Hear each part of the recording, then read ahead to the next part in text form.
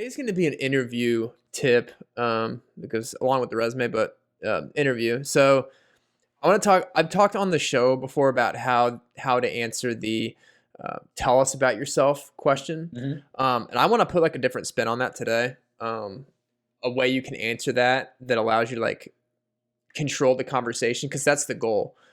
Just to give you a background, like most of the time when you go to an interview, I mean, it's okay to be nervous. Some people are nervous, some people aren't nervous. It's okay to be nervous, but most of the time, like people frame that "tell us about yourself" question as like, oh, like how do I answer this right? Like, is there like a right way to answer this? And Mm. I'm gonna say there really isn't a single correct way to answer that question. And you don't really have to overthink it that much because here's the thing: the person who's interviewing you, they might most likely have about 20 things that are on their plate that day. Sure. And they have a million things to do. They got this project to take care of, this fire to put out.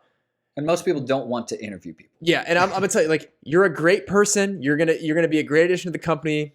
Beautiful professional, great, like just a beautiful person. I'm sure. Great addition to the company. But they most likely don't want to do this interview and talk to you right now because they got a million different things going on. Right. So like when they ask that question, like the way you answer it is like, what do you want to talk about that day in that conversation? They're pretty much asking that question for you to like start the conversation and like get talking about a specific topic. So when they ask you that question, answer it in a way that like on topics that you feel most comfortable talking about. Yeah. And where do you want the conversation to go? So you should know that beforehand when they ask that question. So just an example of things you can say, like talk about the skills and the expertise that got you to where you're at today. Like, why are you sitting in this chair right now? Like, what have you done leading up to this to get you to this chair right now?